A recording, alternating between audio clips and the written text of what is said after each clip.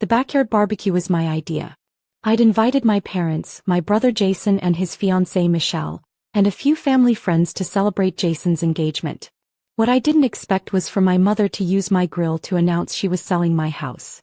"Everyone, we have exciting news," Mom said, tapping her wine glass for attention. "David and I have found the perfect way to give Jason and Michelle their dream wedding." I flipped burgers, half listening. My father smiled proudly beside her. "We're selling the Riverside property," Mom announced. "The house should fetch about $680,000, which means we can give the kids a $200,000 wedding and help them with a down payment on their own place." I stopped flipping. "The Riverside property?" "Yes, dear. This house." Mom gestured around my backyard like she was presenting it on a home shopping network. "It's been a wonderful family investment, but Jason's wedding is more important." "This is my house," I said slowly. "Well, technically it's been in the family trust since your grandmother passed," Dad said. "We've let you live here, but now we need to liquidate the asset." My grandmother had passed 5 years ago. She'd left me $95,000, which I'd used as a down payment on this house. I'd paid the mortgage myself for 5 years. But apparently my parents had convinced themselves otherwise. "I bought this house with my own money," I said. "Grandma's money," Mom corrected. "Which makes it a family asset. And Jason needs it more than you do right now. You're single, you can rent an apartment. Jason's starting a family. We're getting married in 6 months," Michelle added excitedly. "Your mom showed me pictures of this gorgeous venue in Napa. It's $85,000 just for the venue, but it's so worth it." I looked around at my guests. My Aunt Linda nodding along, family friends murmuring congratulations, Jason grinning like he'd won the lottery. "When exactly were you planning to tell me about this?" I asked. "We're telling you now," Dad said. "Our realtor is actually here. Linda, come meet Cameron." A woman in her 50s approached, professional smile in place, business card already out. "Cameron Hughes, Premier Properties. Your parents have told me so much about this lovely home. Have they told you I own it?" Cameron's smile flickered. "They mentioned it was a family property being sold for estate purposes." "It's not an estate property. It's my primary residence that I purchased 5 years ago." "Drew, don't be difficult," Mom said. "We've already signed the listing agreement. Cameron's scheduling the photographer for next week." I set down my spatula. "You signed a listing agreement for a house you don't own?" "Hold up. We're the beneficial owners through the family trust," Dad insisted, though his voice was less confident now. "Your grandmother's inheritance paid for it." "Grandma's inheritance was my down payment. I've paid the mortgage for 5 years. Alone. From my salary." I pulled out my phone. "Would you like to see my mortgage statements?" "That's not necessary," Mom said quickly. "The point is, the money came from family, so the house belongs to the family. Now the family needs it for Jason's wedding." "A $200,000 wedding," I repeated. "It's not just the wedding," Jason said. "Michelle and I need help with a down payment too. Mom said we'd get at least $100,000 from the house sale." "From selling my house that you don't own?" "Stop saying that," Mom snapped. "You're being selfish. This is your brother's wedding. Don't you want him to be happy?" "I want him to have a wedding he can actually afford." "We can afford it once we sell the house," Dad said. Cameron was looking increasingly uncomfortable. "Mr. and Mrs. Patterson, perhaps we should verify the ownership situation before we proceed with." "There's nothing to verify," Mom interrupted. "Drew is just being stubborn because he doesn't want to share. He's always been like this." I'd been like this since I was 26 and bought my first house with money I'd saved. Since I'd worked 60-hour weeks as an architect to afford the mortgage. Since I'd renovated the kitchen myself last year and landscaped the yard the year before. But to my parents I was just being stubborn. "I'm going to get something from inside," I said. "Cameron, please don't leave." In my home office I pulled out my property file. Deed showing sole ownership. Mortgage documents in my name only. Property tax records showing 5 years of payments from my account. Title insurance. Everything that proved this house was mine. I returned to find Dad showing Cameron around the yard, pointing out features like he owned the place. "The deck is composite, very low maintenance," Dad was saying. "And the landscaping is professionally done. Increases value significantly." "I did the landscaping," I said. Myself. Because it's my house. I handed Cameron my deed. She scanned it, her professional expression shifting to concern. This shows Andrew Patterson as sole owner. Not a trust, not your parents. You. That's what I've been trying to tell everyone.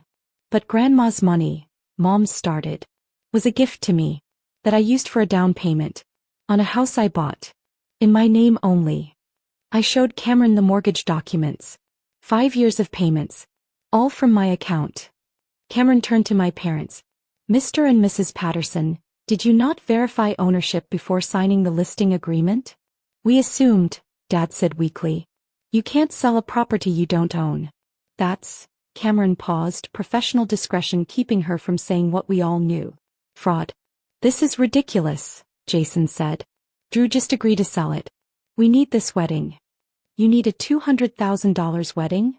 We need a proper start to our marriage, Michelle said. Your parents promised us this money. You can't just take it away. I'm not taking anything away. They're trying to sell something that isn't theirs. But it should be theirs, Mom insisted. Family money should stay in the family, available for family needs. You're being selfish by keeping it all for yourself. Revelation. I'm being selfish by keeping my own house? Yes, Jason said flatly. You have all this space, all this value, and you won't help your own brother. I looked at him, my younger brother who'd never held a job longer than 2 years, who'd asked me for money at least a dozen times, who was now planning a wedding that cost more than my annual salary. Jason, what do you do for work right now? I'm between positions, he said defensively. He's transitioning careers, Michelle corrected. He's going to start a consulting business after the wedding. With what capital? With the money from the house sale, Michelle said as if this was obvious. So you're planning to start a business with money from selling my house without my permission. When you put it like that you make it sound bad, Jason muttered. Cameron was gathering her things. I need to void that listing agreement. Mr. and Mrs. Patterson, you've signed a contract to sell property you don't own. That's actionable. Actionable. Dad's face paled. The owner, your son, could pursue legal action for attempted fraud. I need to cancel this immediately and report it to my broker. Report it. Mom's voice rose. Cameron, we're friends. You went to college with Linda. Surely we can work this out quietly. I can't quietly cover up an attempt to sell someone else's property. That could cost me my license. She left quickly, already on her phone, probably calling her broker. Aunt Linda stood up. Drew, surely you can compromise. Family should help family. Aunt Linda, they tried to sell my house without telling me. Where's the compromise in that? They assumed you'd agree once you understood Jason's needs. They assumed wrong. $200,000 for a wedding, I said to Jason. Do you hear how insane that sounds? It's Michelle's dream wedding, Jason said. And we deserve it after everything we've been through. What have you been through? Unemployment? That you chose. I chose to pursue my passions instead of selling out like you did. I chose to be an architect and buy a house. That's not selling out, that's being an adult. Boys, please, Mom tried to interrupt. No, Mom. Jason needs to hear this. You don't get a $200,000 wedding funded by selling someone else's house. You get the wedding you can afford. Like everyone else. We can afford it if you just be reasonable, Michelle said. I am being reasonable. You're the ones trying to sell my property to fund a party. Dad stood up abruptly. Fine. Keep your house. But don't expect us to keep supporting you. Supporting me? I've lived independently for 8 years. When have you supported me? We gave you grandmother's inheritance. She gave it to me. In her will. That you had no control over. We could have contested it, Dad said. On what grounds? She left it to me because I was the only grandchild who visited her every week for the last 3 years of her life. You didn't contest it because you had no case. The backyard was silent except for burgers burning on the grill I'd forgotten about. Resolution. So that's it? Jason asked finally. You're really going to keep your house and let my wedding fall apart? Your wedding isn't falling apart. Your $200,000 venue plan is falling apart. Have a wedding you can afford. We've already put down deposits, Michelle said, tears forming. We've sent save the dates. Everyone knows about the Napa venue. Then you'll need to explain the change. That's not my problem. My parents gathered their things in angry silence. Jason and Michelle left without saying goodbye. Aunt Linda gave me a disappointed look on her way out. Only my friend Marcus remained, helping me scrape burned burgers off the grill. That was intense, he said. They tried to sell my house, Marcus. I heard. Your mom is something else. They really believe it belongs to them. Because 15% of the down payment came from my grandmother. The grandmother who left the money to you specifically. Doesn't matter. In their minds, family money means their money. Marcus scraped in silence for a moment. You doing okay? I will be. Once I change my locks. You think they'd try something? I think my mother still believes she's right and I'm being selfish. So yeah, I'm changing my locks. The next day, I received an email from Cameron's broker apologizing for the incident and confirming the listing agreement was void. My parents sent a text saying I was no longer welcome at family gatherings until I reconsidered my priorities. Jason called once, asking if I'd at least contribute $50,000 to the wedding as a gift. I declined. 3 months later, I heard through Aunt Linda that Jason and Michelle had a small wedding at a local venue. 50 guests instead of 200. It cost $8,000 total, which my parents paid. It was actually lovely, Aunt Linda told me. More intimate than the Napa plan would have been. I'm glad it worked out.